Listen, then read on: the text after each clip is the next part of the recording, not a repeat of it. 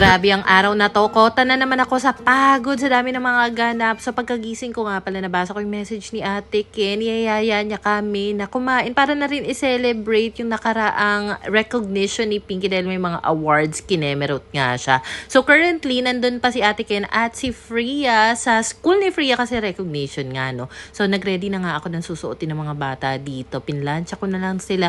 Medyo nagmadali kami dahil maaga natapos yung recognition ni na Freya. So magkikita nga pala kami dito sa may malapit na mall, Robinson's Galleria South. Nagdala na rin pala ng bag sina Pinggoy at Pinky dahil after nga mag-lunch, diretso na rin sila doon sa kabilang bahay. Napulikat pa nga si Pinggoy. Maliban sa dress, pinagsuot ka rin ng sandals yung mga bagets at dahil gusto ko nga makigaya sa kanila, naghanap ako ng sandals. Buti na lang meron pala akong ganitong sandals doon. Medyo matagal na sa akin to, last year pa yata. Bira ko lang suotin kasi medyo dumihin nga siya yung kulay niya. Pero ang ganda niya, na-appreciate ko siya. Tsaka mura lang yung sandals na yan. So, andito na nga pala sila sa may romantic baboy. And alam mo ba, first time kong makakakain sa legit na sanggipsalan kasi yung mga sanggip na na-experience ko ng mga kain namin, doon lang din sa kabilang bahay or minsan nag-grill lang si Pinggoy dito sa bahay namin. Tapos yun lang, hindi pa talaga ako nakakapunta sa kainan ng sanggipsal. Open naman na yung romantic baboy pero ang tagal nila magpapasok ng iba pang mga guest doon. Siguro hindi pa ready. So anyway, nakita nga ng mga anak ko itong Kidzuna, itong Ferris wheel.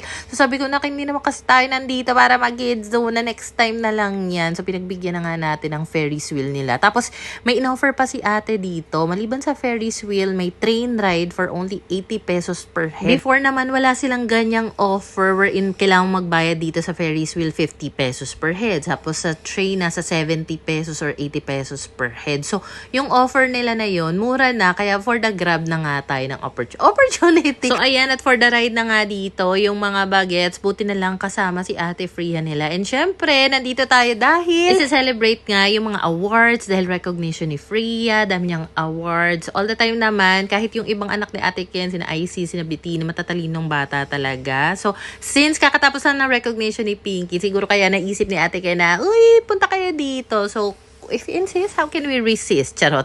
So, tinanong ko sina Ate Ken, nasa around 20 minutes ahead sila sa amin. And hindi pa rin sila nakakapasok dito sa loob na romantic baboy. Kaya, lumipat kami sa baba. Dito kami napadpad sa may sangyup. Salamat. And alam mo ba, first time ko nga makapasok sa ganito. And to be honest, sobra akong na-overwhelm. Parang na-overstimulate ako pagpasok namin. May mga ganyan na mga side dishes. Tapos, ang bibilis kumilos sila Pinggoy na Ate Ken, nag-grill agad. Tapos ako, iniintindi ko pa dito yung dalawang nagangawa kong mga anak. So, bale si Kowa, dahil sa height niya, free pa siya. Si Freya, dahil birthday month niya nga ngayon, free din siya. Si Pinky naman, inorderan lang namin siya ng a la carte kasi alam ko namang hindi niya kakainin yung iba and bawal daw siyang patikimin or bigyan ng ibang food na galing nga dito. So, okay na si Pinky dun sa food niya. So, ayun na nga, parang ang bilis-bilis sa mga pangyayari dito kasi meron ka lang i-scan tapos doon ka mag-order ng mga meat na gusto mo kasi unlimited nga siya. So, parang ko na-realize kung bakit ang daming may gusto na magsang. And in fairness, lahat ng meat doon, masarap. Sobrang nabusog kami. Thank you very much, Ate Ken, sa paalog for today's video. So, after nga kumain, dumiretso muna sa Dep Store, sina Ate Ken, and yung mga bata, sinamahan ko na nga dito sa train ride na kasama doon sa unang na-i-avail naming ticket. So, ang galing nga kasi may mga pa-balloons pa sila. Tapos, pagbaba namin, andun pa yung mga mascot ng Kuromi, Paw Patrol.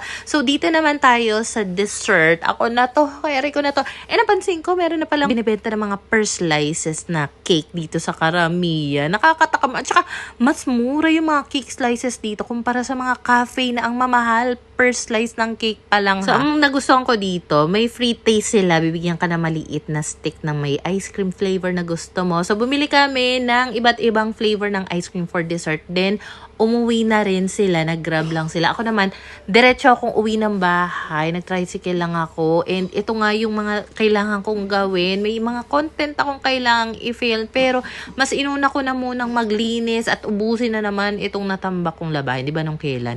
Nung isang gabi yata yun, naglinis ako ng kwarto. Hindi ko napalitan yung mga tuwalya namin. So, kagabi lang ako nagpalit ng towel. Kaya naman, maglalaba ako ng mga tuwalya. Plus, yung ibang mga damit na nandito nga sa aming labahin area. Na-i-clear ko na rin itong mabang lamesa. Pupunasan ko na rin yan dahil tumunog na rin yung washing machine. So, diyan ko nilagay yung mga bagong pinaglalabhan ko. Plus, pagtatanggalin ko na rin itong mga nakasampay dito. Alam mo, takaw talaga namin sa damit. damit. I mean, ang bilis naming magpalit ng damit. Ang gusto ko kasi, kapag naalis na nga yung damit sa cabinet, kahit sabihin 5 minutes mo na nagamit yan, hindi na ibabalik sa cabinet yan, idiretso na yan sa laundry basket para malaban. Ang isip ko kasi, mahina naman sa kuryente yung washing machine namin. At saka, automatic naman. Kaya, go tayo sa unli palit ng damit. Charot, akala mo naman talaga. Sobrang sipag at consistent talaga sa paglalaba at pagtutupi. Bali, isang salang lang naman yung kailangan kong gawin dahil wala namang laman yung ilalim na laundry basket namin. So, for the tupi na nga ako dito. Alam mo,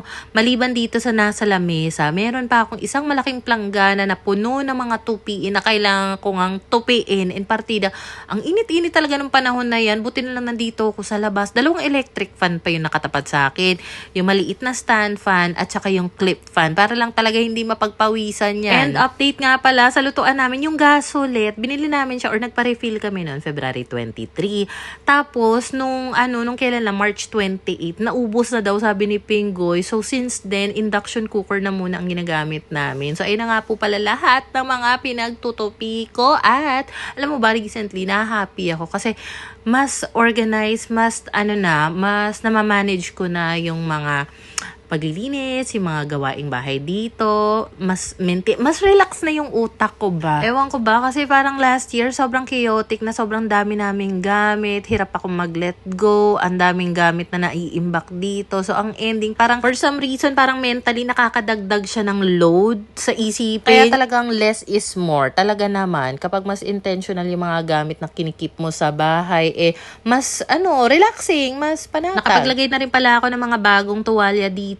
Hindi naman bago talaga. Bagong labang tuwalya dyan sa may pintuan. And eto nga pala mga ibang bedsheet, kumot, pinaglalagay ko na sila dito sa compression bag and ginamitan ko ng air pump para naman hindi siya ganun ka-bulky. And yung iba dito ko nilalagay sa blue na storage box na nasa ibabaw ng cabinet. Alam mo, kaya umuwi rin ako dito at hindi na muna ako sumama doon sa kabila kasi nga meron akong kailangang i-film ng mga content. Kaso hindi naman ako makapag-start mag-film ng content. Gawa ng naguguluhan nga ako sa itsura ng bahay, so gusto ko maayos, malinis na muna siya. Pinasadahan ko na rin pala ng dust mite vacuum itong higaan namin dahil hindi talaga pwedeng hindi Kasi kapag pagpag lang, nako, maaligas-gas pa rin talaga sa pakiramdam, lalo na kapag nagtatakbuhan dyan yung mga anak ko.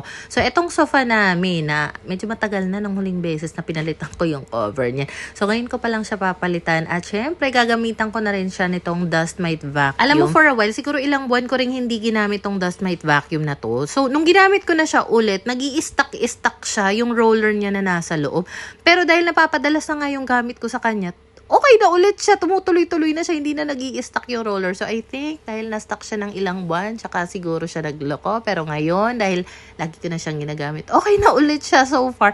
So, anyway, nandito pala sa isang compression bag, lahat ng mga pamalit ko dito sa sofa, like, mga punda na gagamitin, even doon sa gaming chair, papalitan ko na rin. Nandun lahat yun sa iisang compression bag. So, yung ginamit kong compression bag, reusable po yun. Parang ziplock lang yan. So, pwede ko naman siyang gamitan ulit ng air pump kung sakaling may ilalagay ako doon at ayaw ko siyang bulky. So, eto nga palang kinakabit ko na sofa cover. Included na nga pala itong cover nung binigay sa amin ni Kuya Harry yung sofa mismo. So, meron pa ako laging dinatapal na cover dito sa sofa namin. Yung ganito lang na, ang tawag ko kasi dito sofa topper kasi pang top lang siya talaga. So, ayan, ang ganda nga nito kasi kahit papano kapag kumakain kami dito, snacks, lalo na yung mga bagets, yung mga crumbs na mga kinakain nila, hindi mahirap alisin kasi nga, ito lang yung aalisin ko, ipapagpag ko, tapos pwede ko na ulit ibalik. So, ayan, ang ganda-ganda pa niya, tapos may ibang colors pang available niyan. Kung bet yun ang ganyang sofa cover, ilalagay ko ang link niyan sa comment section, and nasa showcase ko rin. So, hindi rin pwede na wala akong punda na gagamitin dito dahil meron kaming 2 regular size na una na nakalagay nga dito sa sofa para comfy pa rin talagang tulugan, higaan, itong sofa namin. So, dahil wala akong color gray na punda dito. Itong puti na lang. Tapos nag-ready na rin ako ng wearable blanket na magagamit dito. At inilabas ko na nga lahat ng laman itong compression bag. So anyway, ayan at for the palit na nga tayo ng punda. Hindi kasi kami satisfied sa throw pillow lang dito sa sofa na to. Mas gusto namin yung regular size na pillow talaga. So ito namang wearable blanket. Pwede yang magamit kapag maginaw. So, blanket talaga yan sa totoo lang, pero natutupi siya ng ganyang kaliit. So, yung mga kumot, even sa higaan namin, gusto ko nasa ilalim lang siya ng unan para hindi siya kita. Yung ginagawa kong ganitong paglilinis, sobrang relaxing din siya for me dahil marami rin akong iniisip nitong mga nakaraan and dahil wala rin dito yung mag-aama ko, talagang mas makakakilos ako na maayos dito nang walang sinasaway-saway. So, therapeutic siya for me. So, nitong mga nakaraan na-realize ko na kapag naglilinis ako, tapos nandito yung mga bagets or may ibang tao, parang hindi ko siya ma-feel masyado. Unlike kapag solong-solo ko. Kaya pala dati, mas gusto ko na naglilinis ako ng madaling araw, gabi, kasi nakakakilos ako ng walang ibang tao sa paligid. Alam mo yun? Pinalitan ko na rin pala yung cover nitong gaming chair ni Pingoy from color black. Color gray naman ang gagamitin natin ngayon. And bihira na nga lang din talaga maupuan ito. Gawa ng bumigay nga po yung desktop. Actually, yung desktop naman, nag-on naman siya. Pero sabi ni Pingoy, hindi siya nagra-route directly sa Windows screen, kinemerot. So, ipapagawa din naman namin yan eventually. Pero for now, meron pa naman siyang laptop na nagagamit. So, yun na muna. Napag-alaman ko kasi na ito palang desktop na hindi pinapatay. Ang pinakasala rin kung bakit laging ang taas ng kuryente namin. And I can say na talaga namang after naming patayin ng totally yung saksakan, yung computer na yan, bumaba po talaga yung reading na, yung basta alam ko na kung magkano yung magiging bill namin sa susunod and talagang nahahappy ako na parang finally makakatikim tayo ng bill ng hindi lagpas 5,000. So ibig sabihin kapag nangyari yun, kahit pa paano meron kaming extra fund para matuloy na nga yung Splash Island namin. Kasi syempre, ticket pa lang yung nabili ko doon. Syempre pagpunta mo doon, kakain ka, bawal naman yung mga outside food. Syempre, saan ka mag-i-stay doon kapag kailangan magpahinga. So kailangan, kahit pa paano, may extra budget pa. So kung ano man yung matitipid namin sa kuryente, pupunta yun sa funds pang Splash Island. Kasi gusto ko nga kahit paano merong swimming experience naman yung mga anak ko this summer. So, ito nga palang olive tree. Ilalabas ko siya dahil medyo makapal na po ang alikabok niya dahil simula nung binili ko to. Oh my God, nakakaya. Simula nung binili ko to, nung unang bumukod kami ng bahay, ito yung naging Christmas gift ko. So, December 2023. Oo, naman sa 2000. December 2023, ngayon ko pa lang sa lilinisan. So, ganyang ka-boring yung itsura kapag walang halaman na ganito kalaki doon. Kaya, sa nagsabi na ibenta ko na lang or i-let go ko to, I'm so sorry, I cannot. Kahit na tumanda ako, gusto ko na sa bahay ko. Pagbukas ko naman ng gate, nandito mismo sa labas ng gate namin yung landlord ko. May inaasikaso siya doon sa may bandang kanal. So sabi ko, dito na nga lang ako sa may tapat namin. And baka may mag-comment naman, bakit naman dyan ka naglilinis ng mga ganyan-ganyan? Mamsi ko na, explain ko na to before ha. Yung kapitbahay namin dyan, yung gate po nila, hindi dyan sa tapat namin. Nandun sila sa kabilang side. So bali yung area na yan ay tambakan lang po nila and bihirang-bihira kaming makakita ng tao dyan sa area na yan. At saka, hindi kasi ako makapagpagpag nito. Gawa ng yung landlord ko nga, nasa harap ng gate namin. O, diba? Very defensive. Inunahan ko lang kayo kasi baka may mag-comment na naman. So, ayoko kasing basain itong artificial na olive tree ko dahil feeling ko baka masira nga siya. So, gusto ko as gentle as possible. Kaya bumili talaga ako ng feather duster dito. Kaso, kada wag-wag ko nga, natatanggal yung mga balahibo dito. So, kinakausap nga ako ng landlord ko dyan, dapat daw, synthetic na lang daw yung ginamit ko para hindi ganyan na naglalagas-lagas nga yung balahibo dito. So, since tapos naman na dito sa harap ng bahay namin yung landlord ko, di lipat na ako dito ng pwesto. Before naman, naisip ko na nagamitan ko kaya ng vacuum itong olive tree ko. Kaso, malalakas kasi yung suction talaga ng mga vacuum na nasubukan ko. So, natatakot naman ako na baka naman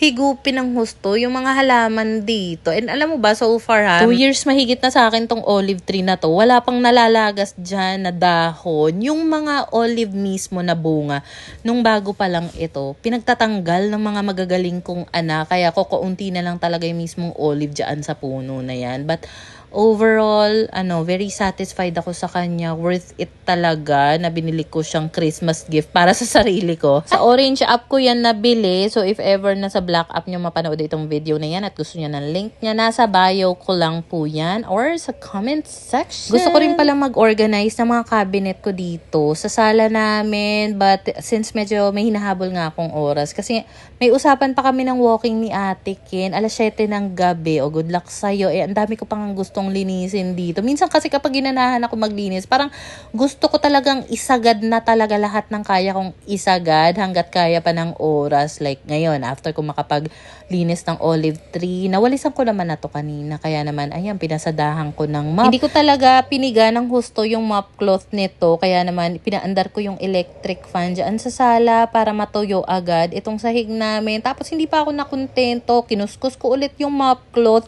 Nagpasada pa ulit ako ng isa pang mop doon sa sahig na para bang sobrang minimake sure ko rin talaga na kahit isang beses, isang linggo, makuskus ko itong rubber mat na ginagamit namin sa CR para iwas dulas yung mga anak ko dito. So, kinuskus ko na nga rin yung sahig.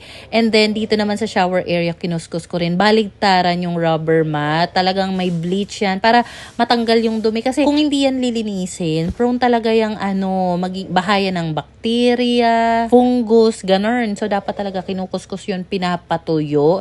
So, dahil wala yung mga bata dito, ayan, dito ko sa gate, pinatuyo ito. So, at least mamaya, pag uwi naming lahat, tuyo na siya, maibabalik ko na yung rubber mat sa CR. So, kahit papano naman, luminis na talaga ng bongga etong bahay, itong sala, napalitan na yung mga cover ng sofa, gaming chair. Alam mo, naubos na talaga yung energy ko. Medyo nanghihina na ako nito. More than 5 hours na akong tuloy-tuloy sa paglilinis, pagliligpit dito sa bahay. Talagang nanghihina na ako sa gutom. Buti na lang, meron pang leftover cake dito na nabili namin kahapon. And kahit tsaka yung itsura ng cake na yan dahil leftover na nga ng mga anak ko, papatusin ko yan. Tapos naalala ko, meron pa palang pagkain dito sa food cabinet namin. Yan pa yung niluto ni Pingoy kaninang umaga. Pero kasi nakita ko na yung cake. So mag-cake na lang muna ako.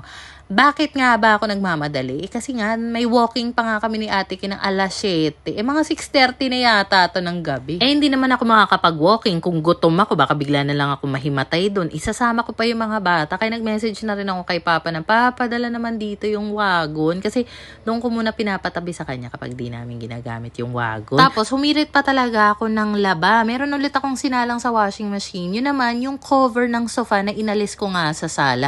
So anyway, nag-ready na rin pala ako na malaking tumbler dito dahil ito yung bibit-bitin ko. Kailangan ko lang siyang refill na malamig na tubig para naman pag nag-walking kami doon at nauhaw kami, mga bagets, meron na kaming maiinom, hindi na para bumili. So, for the madali na nga talaga ako. Gusto ko mag-refill pa ng mga pitchel na to. Sabi ko, mamaya na lang. May 2 pitchel pa naman kami sa ref na may laman. At saka kailangan ko pa kasing mag-shower. Gawa ng, feeling ko sobrang alikabok ko na, sobrang pawis na rin ako. Gawa ng pinaglilinis ko kanina. Tapos nung nagtanggal nga ako ng alikabok sa olive tree, feeling ko, nagdikitan naman sa katawan ko. So, ayan nga, hinagod. Kinuha ko na lang yung mga pinaglalabhan ko dito. Tapos, si Papa na nga ang magsasampay niyan doon sa harap ng bahay niya. So, nag-set up na siya ng sampayan. Doon niya patutuyuin yung nilabhan kong sofa cover. At nagmamadali na nga ako dito. So, sabi ko rin kay Papa, kasi inaya ko naman siya. Ayaw niya daw sumama dahil pagod na nga din daw siya. So, ang gagawin namin ay ihatid niya na lang ako doon sa may tricycle terminal. So, nag-ready lang ako dito ng bag kasi diyan ko ilalagay yung susuotin ng mga anak ko. And here's the fit check that nobody asked for kasi hodang bundat ang itsura ng Mamshi. Kiber na yan. As long as feel mo naman yung outfit mo, edi go. So, kailangan ko rin palang bitbitin itong wagon na ito dahil dito ko nga isasakay yung mga bagets dahil hindi ko naman sila maaasahan talaga na maglakad ng bonggang-bonggang matagal doon sa Splash Island. So, even though medyo napagod na nga ako, pero feeling ko kasi ang dami ko pang energy na kailangang i-release. So, I think kaya ko pa sigurong mag 10K steps tonight. So, para sa mga bagets, jogging pants at saka long sleeves, yun na ready ko sa kanila. Iniisip ko, baka naman mahamugan sila kasi gabi na nga, malakas yung hangin doon. So, kumuha na rin ako dito ng malilinis na hat nila na pwede nilang magamit. O, diba? So, ng mga oras na yan, nandyan lang sa labas si Papa, inaantay nga akong matapos dahil nga, dami ko na namang pinag-aasikaso dito. Anong oras na? Alam mo, nung una kasi akala ko pwede na ako mag-book ng angkas or move it, tapos bibit-biting ko na lang itong wagon. Total, nakatupi naman. Kaso, nakita ko siya, parang ang laki nito. Baka mangalay naman ako malaglag o makadisgrasya ako. Kaya, nag-tricycle na lang ako. So, pagkarating ko nga doon sa kabila, binihisan agad namin ni Napinggoy yung mga bagets at sobrang excited. Ayan, at for the go na nga agad kami. Bit-bit pa nga itong bagong plushie toy na bili daw ng mommy granny nila. Humiram din pala ako na malaking unan nila para dito sa wagon kasi may mga times talaga na habang nandito nga sa loob yung mga anak ko, nakakaidlip sila. Kasi ganun nga siya relax. Meron din pala akong dinala na picnic mat. So doon muna nagstay sina Ate Ken, sina Kowa. Tapos maya-maya naghanap ng baon si Pinky na wala talaga sa isip ko kasi last time nagbitbit nga ako ng tinapay at cheese. Yun pala yung nililook forward ni Pinky. So punta agad ako ng 7-Eleven. Bumili ako dito ng mga kung ano-ano. Yung spam musubi, tuna pesto pasta. I'm so sorry, hindi sila masarap. Tapos hindi ko na-reach yung 10K steps ko kasi nag-off sila ng ilaw kasi Earth Hour. Nabutan kami ng Earth Hour kaya diretso uwi na kami dito. Ganyan pala yung point of view ng mga anak ko kapag nakasakay sila dito sa wagon. Hindi rin naman kami nagtagal. Pagkadating namin sa kabila, umuwi na rin kami. Si Kowa, hindi pa man din kami nakakaalis. Tulog na. Kung nasaan si Kowa, andyan sa loob ng wagon. Pero don't worry dahil maayos naman yung pagkakahiga niya doon. So, dumiretso na nga kami ng uwi. Nag-shower kami na lang ni Pinky kasi si Kowa tulog na. Hindi pala nakalimutan ni Pinky itong face mask na nabili namin sa The Face Shop. So, pinatry ko na nga sa kanya. Tuwang-tuwa kasi maraming beses na nakikita ko yan si Pinky. Humahablot ng tissue. Yung mga nakasabit naming tissue, binabasa. Tapos, nilalagay sa face niya, nilalagyan ng butas para sa mata, ilong, bibig. So sabi ko, ipapatry ko talaga sa kanya yung totoong face mask. Kaya binilhan ko siya ng isang pirasong face mask doon nga nung one time nag-mall kami. Tuwang-tuwa siya. Kasi kapag nahanginan ng electric fan, ang lamig daw sa mukha. So ang ginawa niya, in-steady niya nga yung electric fan sa amin dito. Kasi giniginaw daw yung mukha niya. It's cold daw. So ayun lang, ang daming ganap today. Ang daming kong pagod. Pero sobrang worth it. Thank you for watching.